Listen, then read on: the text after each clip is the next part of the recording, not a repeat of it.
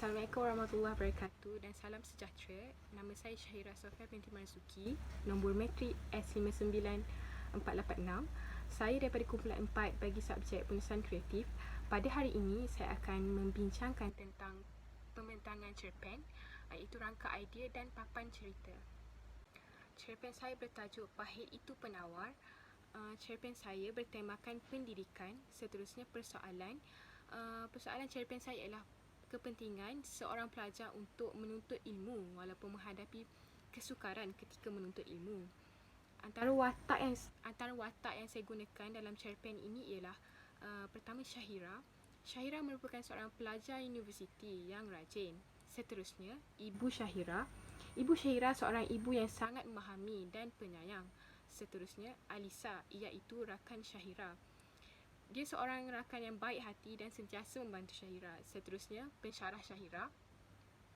Pensyarahnya seorang pensyarah yang memahami serta bertanggungjawab. Seterusnya, latar yang saya gunakan dalam cerpen ini ialah latar masa, iaitu pada waktu pagi, waktu petang dan waktu malam.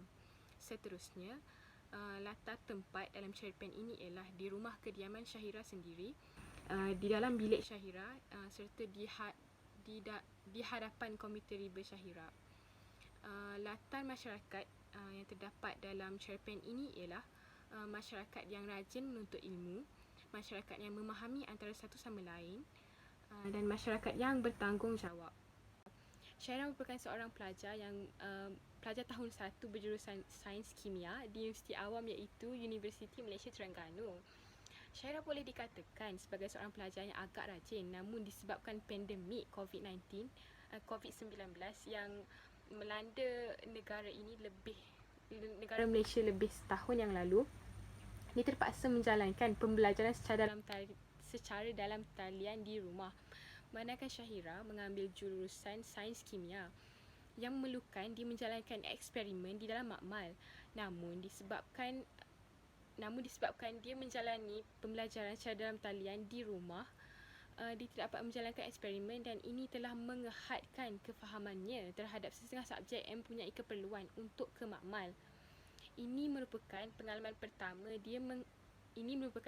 pertama dia menjalankan pembelajaran secara dalam talian di rumah. Oleh itu, kesukaran yang dihadapinya itu yang membuatkannya berasa ingin putus asa untuk belajar dengan bersungguh-sungguh. Dia berasa semua usahanya sia-sia dan dia juga berasa bimbang akan masa hadapannya. Namun, dengan bantuan rakan yang baru dikenalinya, iaitu Alisa, serta pensyarahnya, dia akhirnya dapat menyesuaikan diri dengan situasi terkini dan dapat mengatasi masalah yang dihadapinya sebelum ini. Sokongan penuh yang diberikan oleh ibunya juga menjadi penguat semangatnya untuk terus berusaha untuk mencapai kejayaan. Setelah beberapa bulan menghadapi sesi pembelajaran dalam talian, akhirnya peperiksaan akhir semester telah pun tiba. Syahira telah membuat persediaan dengan secukupnya, iaitu dengan mengulang kaji pelajaran, mengadakan perbincangan dengan rakan-rakan secara dalam talian dan juga melayari video pembelajaran secara maya dalam talian seperti YouTube dan e-pembelajaran yang disediakan oleh universiti. Akhirnya, peperiksaan akhir semester pertama sudah berlalu dan dia berjaya mendapat keputusan yang baik. Sepanjang menjalani pembelajaran secara dalam talian ini, dia memperoleh pelbagai pengajaran daripada cabaran serta kesukaran yang dihadapinya.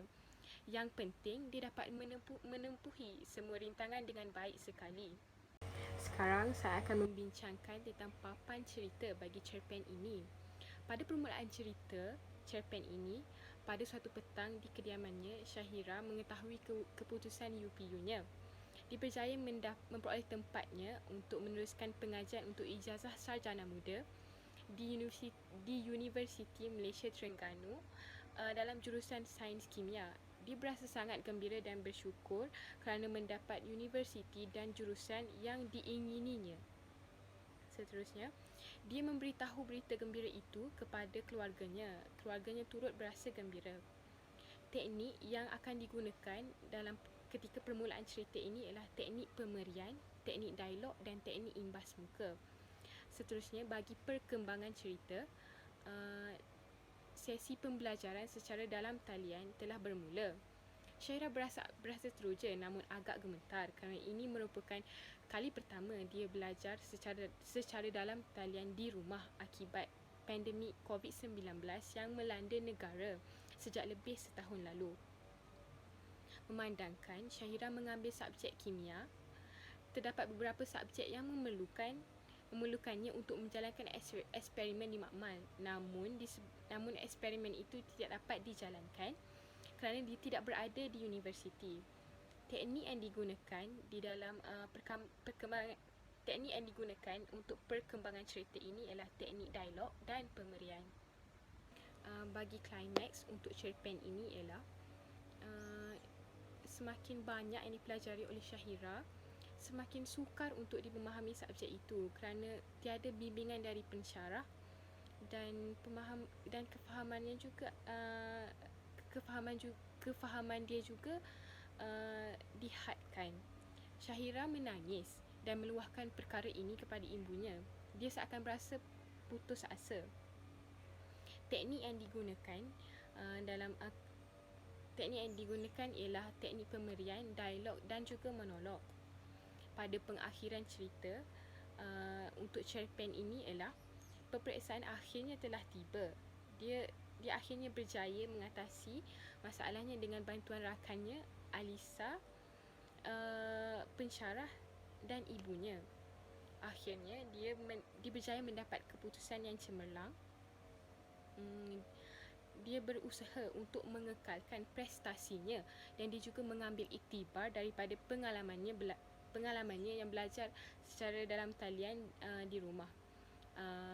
Teknik yang digunakan untuk pengakhiran cerita ini ialah teknik pemerian, teknik dialog dan teknik monolog.